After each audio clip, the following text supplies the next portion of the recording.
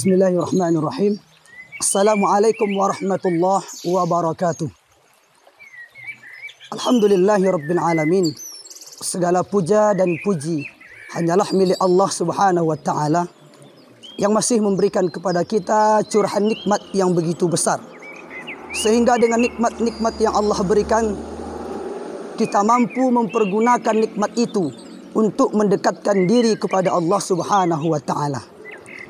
Kemudian rasa syukur itu mari sama-sama kita iringkan dengan bersolawat kepada seorang manusia yang mengajarkan kepada kita bagaimana cara bertauhid yang benar kepada Allah. Mengajarkan kepada kita bagaimana cara beramal soleh yang benar kepada Allah. Adalah baginda Muhammad sallallahu alaihi wasallam dengan mengucapkan Allahumma salli ala sayyidina Muhammad wa ala ali sayyidina Muhammad. Mudah-mudahan kita senantiasa membasahi lisan dengan bersolawat kepada beliau.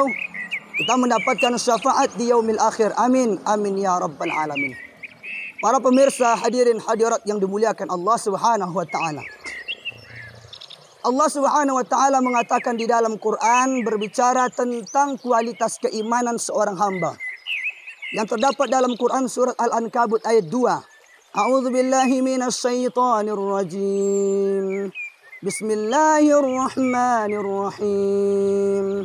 Ahasiban nasu an yutraku an yaqulu amanna wa hum la yuftanun. Apa kata Allah Subhanahu wa taala? Apakah manusia itu menyangka bahwa mereka akan dibiarkan begitu saja mengatakan amanna, kami beriman kepadamu ya Allah, wahum la yuftanun, sementara kita belum lulus dari ujian yang Allah berikan. Maka para mufassir, ahli tafsir Quran menjelaskan tentang ayat ini adalah baru diakui iman kita di hadapan Allah kalau kita sudah lulus dari ujian yang Allah berikan. Ketika Allah memberikan ujian kepada kita, tidak lulus dari ujian tersebut, maka kita belum dikatakan orang-orang yang beriman. Para pemirsa hadirin hadirat yang dimuliakan Allah Subhanahu wa taala dimanapun Anda berada. Bahwa jika kita mengatakan diri kita ini beriman kepada Allah, maka kita siap diuji. Dan Allah pasti akan menguji kita, siapapun kita.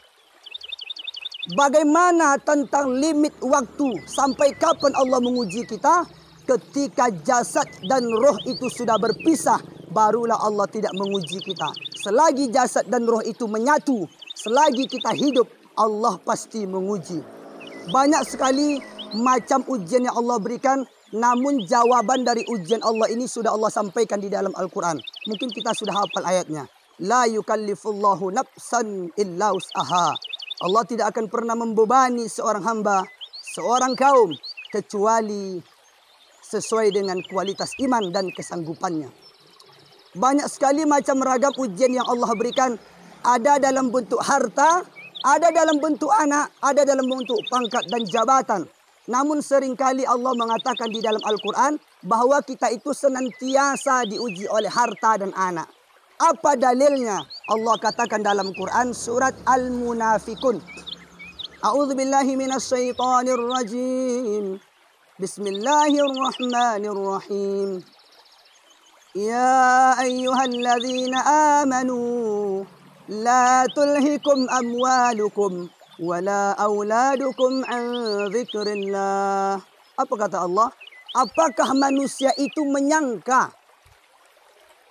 Ya ayyuhalladzina amanu, kata Allah Subhanahu wa taala, wahai orang-orang yang beriman, la tulhikum amwalukum, jangan sampai hartamu, kata Allah, wala auladukum, dan jangan sampai anakmu, an zikrillah, membuat kamu lalai dari mengingat Allah Subhanahu wa taala.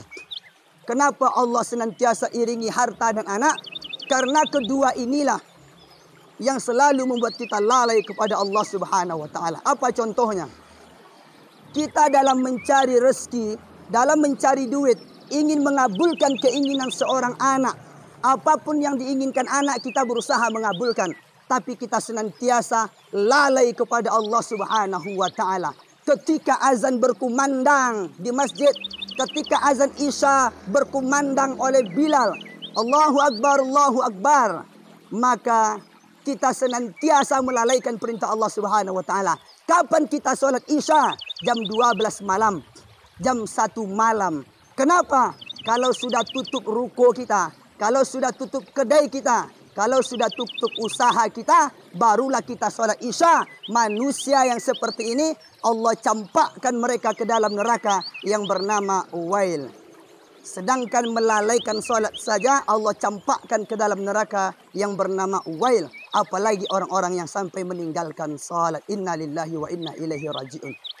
Artinya adalah bahwa rezeki itu tidak akan pernah tertukar.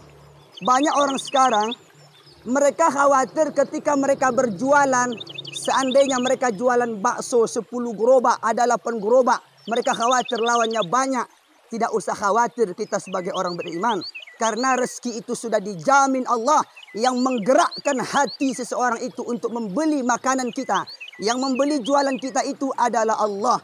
Allah yang menggerakkan hati seseorang itu untuk membeli apa yang kita jual. Artinya rezeki itu sudah dijamin Allah Subhanahu wa taala sebagaimana yang telah disampaikan oleh Rasulullah sallallahu alaihi wasallam dalam hadis bahwa rezeki itu sudah dijamin Allah Subhanahu wa taala sesuai dengan umur atau ajal dan rezeki yang telah Allah berikan. Kenapa demikian? Karena rezeki itu senantiasa berbanding lurus dengan ajal. Artinya kalau ajal sudah sampai, maka rezeki habis. Kalau rezeki habis, maka ajal sampai. Maka daripada itu para pemirsa, hadirin hadirat, dimanapun anda berada, mudah-mudahan dimuliakan Allah Subhanahu wa taala. Sekarang banyak mereka yang bangga sekali memiliki anak yang begitu banyak. Mempunyai anak laki-laki 3-4 orang bahkan lebih. Jangan bangga kita meninggalkan harta warisan begitu banyak.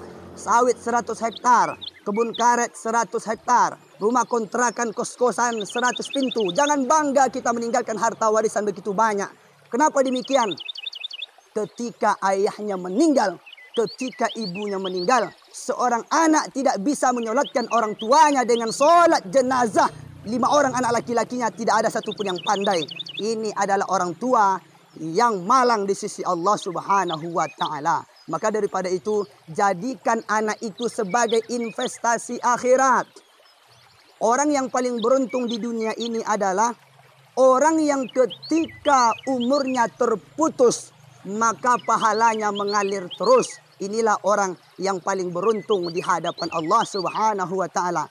Mudah-mudahan kita semua yang termasuk orang tua yang dititipkan Allah seorang anak, mudah-mudahan kita senantiasa tenang. Mudah-mudahan kita senantiasa diberikan Allah kasih sayang rahmatnya ketika berada di dalam kubur, dijauhkan dari azab kubur, diterangi kubur kita ketika kita telah meninggal. Kenapa demikian? Karena kita tinggalkan mereka menjadi anak-anak yang saleh. Itulah investasi akhirat yang sangat berharga.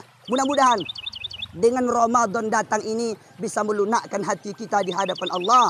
Bisa kita berikan yang terbaik kepada seorang anak. Ajarkan mereka bagaimana rasa takut kepada Allah dengan menjaga perintah Allah Subhanahu wa taala. Terutama adalah menjaga kualitas solat sebagai tentang keimanan seorang hamba kepada Allah. Subhanakallahumma wa bihamdika asyhadu an la ilaha illa anta astaghfiruka wa atubu ilaih. Terima kasih atas perhatian. Mohon maaf atas kekurangan. Assalamualaikum warahmatullahi wabarakatuh.